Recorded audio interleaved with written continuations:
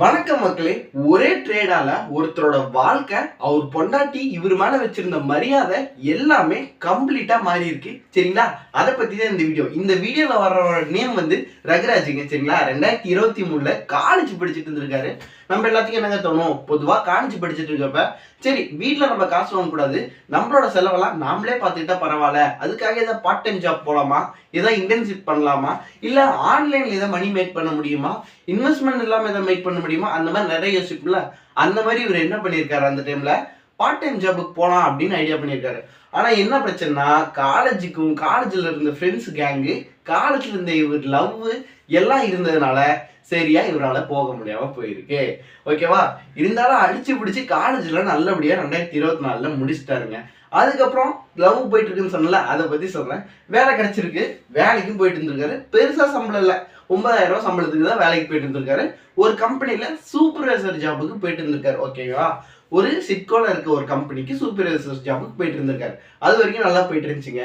இப்பதான் பிரச்சனை ஆரம்பிக்குது. என்ன ப்ரோ பிரச்சனை ஆரம்பிக்குதுன்னு பார்த்தா, இவர் லவ் பண்ணிட்டு இருந்தாருன்னு சொன்னல, லவ் பண்ற பொண்ணை கல்யாணம் பண்ற மாதிரி நிலைமை வருது. என்ன ப்ரோ, லவ் பண்ற பொண்ணை கல்யாணம் பண்ணா அது பிரச்சனையா ப்ரோ அப்படின்னா, அது பிரச்சனை இல்ல. இப்ப அவரோட சம்பளம் வெறும் 9000 ரூபாய். ஓகேவா? 2024 இந்த பிரச்சனைலாம் நடந்துட்டு இருக்கு. ஓகேவா? 2023 காலேஜ் முடிச்சு கையோட வேலைக்கு போயிட்டாங்க 9000 சம்பளத்துக்கு. இப்போ அவரோட சம்பளம் 14000 ரூபாங்க. சரிங்களா? அப்புறம் என்ன இருக்கு, 2024 அவரோட சம்பளம் 14000 ரூபாய். அப்ப மேரேஜும் சரி பண்ணிடலாம், ஏன்னா பொண்ணு வீட்டுல வேணாம், அது பண்ணலாம் இது பண்ணலாம் பிரச்சனை ஆகுது. லவ் மேரேஜும் பண்ணிட்டாங்க. லவ் பண்ணி 2 பேருக்கும் கொஞ்சம் பேர் மட்டும் கூப்பிட்டு கல்யாணமும் பண்ணிட்டாங்க. நல்லாவே போயிட்டு இருந்திருக்கு. சம்பளம் ஏறுது, அப்படியே கிராஜுவலா ஏறுது. 2025 இவரோட சம்பளம் 17000 ரூபாங்க. ஓகேவா? 17000 ரூபாய் சம்பளத்தை வச்சுட்டு அவங்க ஒய்ஃப்க்கு இருந்துட்டு, அதான் லவ் பண்ணி தானே கல்யாணம் பண்ணியிருக்காரு. என்ன ஆசை அப்படின்னா, பெரிய ஆசைலாம் இல்லையா, ஒரே ஒரு காலுக்கு கொலுசு எடுத்து கொடுத்தா நல்லா இருக்கும், என்னோட கொலுசு பிஞ்சு போச்சு, இல்லை இந்த கொலுசு போட்டுட்டு இதோட கம்மியான கொலுசு எடுக்கலாம் அப்படிங்கிற மாதிரி ஆசையா. இவரு இருந்துட்டு வாங்கிக்கலாம் தங்கன்னே சொல்லி ஒப்பேத்திட்டே வந்திருக்காரு. அவங்க ஒய்ஃபுக்கே தெரியாம இவர் காசுமே கொஞ்சம் கொஞ்சமா சேர்த்துட்டு இருந்திருக்காரு. ஓகேங்களா? கொஞ்சம் கொஞ்சமா காசு சேர்த்துட்டு இருந்திருக்காரு. அடுத்த மாசம் கண்டிப்பா வாங்கிக்கலாம் தாங்கன்னு சொல்லியிருக்காரு. அப்பதான் ஒரு நாசமா போனவன் என்ன பண்ணிருக்கான், ஸ்டாக் மார்க்கெட்ல நீங்க 10000 ரூபாய் இருந்தா போதும், 20000 ரூபாய் 30000 சம்பாதிக்கலாம்னு சொல்லி டெலகிராம்ல, ஓகேவா, டெலகிராம்ல மெசேஜ் பண்ணியிருக்கான்.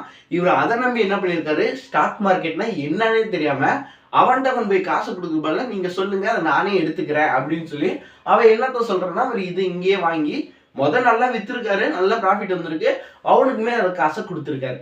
அப்புறம் பிரச்சனை ஆரம்பிச்சிருக்கு. அவனுக்கு எது காசு கொடுக்கணும், நாமளே தெரிஞ்சுக்கோ, நாமளே பண்ணிக்கணும்னு சொல்லிட்டு அவன் அப்படியே கட் பண்ணிட்டு, அவனை ஏன் கட் பண்ணார்னா, அவன் கொடுக்க லாஸ் ஆக ஆரம்பிச்சிருக்கு. அவன்ட்டு ரெக்கவர் பண்ணிக்கலாம்னு சொல்லி 5000 ரூபாய் தின்னுட்டான். இவங்க ஒய்ஃபுக்காக 2025 ஒரு 25000 ரூபாய் பக்கம், இவரோட சம்பளமே 17000 ரூபாய் தான். அதுல 25000 ரூபாய் சேர்த்து வச்சிருக்காருன்னா பொண்டாட்டி மேல எவ்வளவு பாசம் இருக்கணும்னு பாத்துக்கங்க.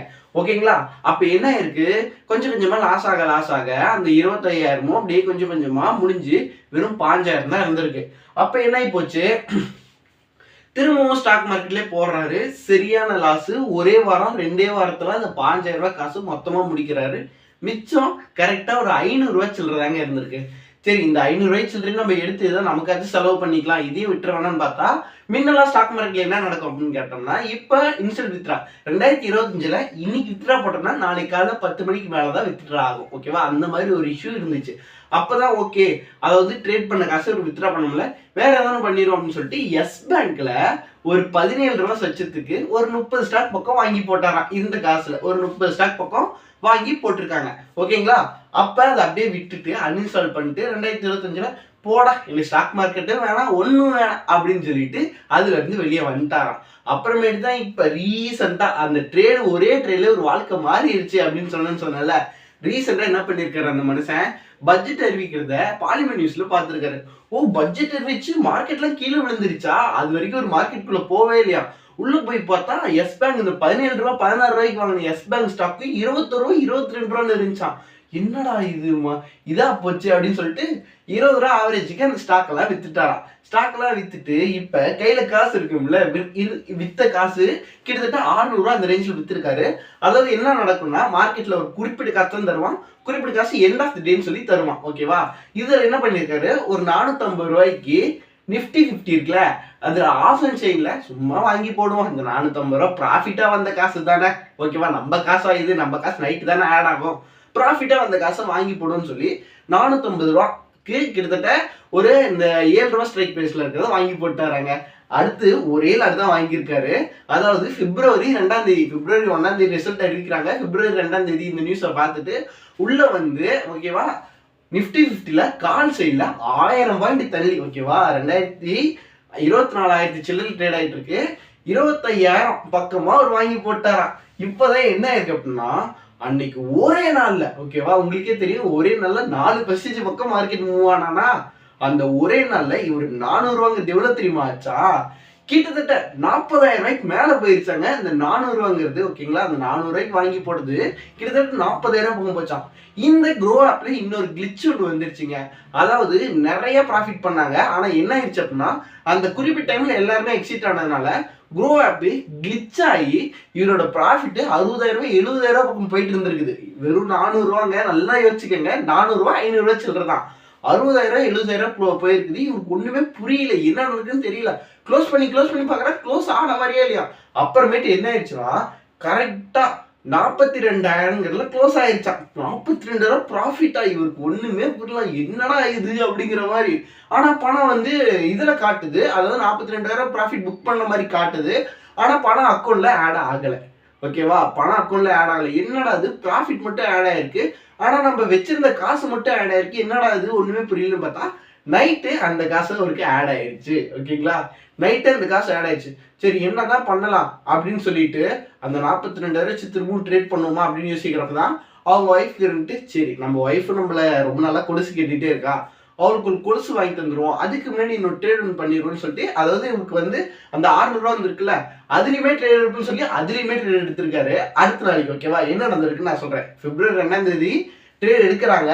பிப்ரவரி 3ஆம் தேதி ப்ராஃபிட் கிடைச்சிருச்சு. ஆனால் நைட்டு தான் ஆட் ஆகும். பிப்ரவரி 3ஆம் தேதி தான் ஆட் ஆகும். அதாவது பிப்ரவரி 3ஆம் தேதி நைட்டு தான் ஆட் ஆகும்.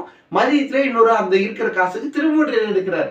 ஓகே 42,000 ஆட் ஆகுமா என்னன்னே தெரியல. ஏன்னா ஒரு ஃபர்ஸ்ட் டைம் ப்ராஃபிட், இது இந்த மாதிரி ப்ராஃபிட் ஒரு பண்ணதே இல்லையா.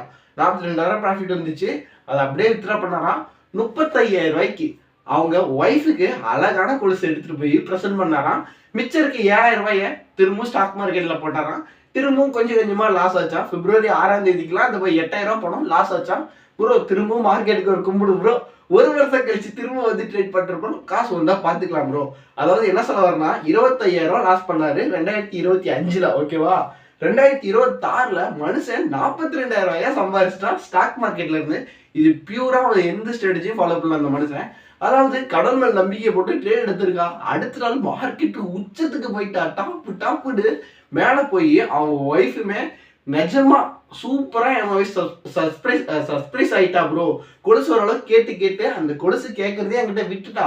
ஆனா நான் அது போய் வாங்கி கொண்டு போய் கொடுத்தனே ரொம்பவும் ஹாப்பி ஆயிட்டாங்க ப்ரோ. அவ இதை கவனிக்கிற விதமே வேறையா இருக்கு ப்ரோ இப்ப அப்படின்னு சொல்லி லவ் பண்ணி மேரேஜ் பண்ண பொண்ணே பாருங்க கவனிக்கிறது வேறையா இருக்குன்னு சொல்லி ரொம்ப ஹாப்பியா இந்த வீடியோ முடிச்சாரு. எனக்கு கேட்கும்போது ரொம்ப சந்தோஷமா இருந்துச்சு. எத்தனை பேர் லாஸ்ட் ஸ்டோரி போட்டிருப்போம் ஓகேவா. இந்த மனுஷனோட ஜெயிச்ச ஸ்டோரி போடும்போது எனக்கே ரொம்ப ஹாப்பியா இருக்குங்க. ஓகேங்க உங்க ஸ்டோரி இருந்தா நம்ம வீடியோல சொல்லுங்க, நம்ம இன்ஸ்டாகிராம்ல கூட சொல்லுங்க. இன்ஸ்டாகிராம் தான் சஸ்பெண்ட் பண்ணிட்டாங்க. ஓகே பரவாயில்ல, நம்ம எதையோ ஒன்று சொல்லுங்க. வரேங்க, டாடா, டேக் கேர், பை. இன்னொரு அருமையான ஸ்டோரியில உங்களை வந்து பாக்குறேன்.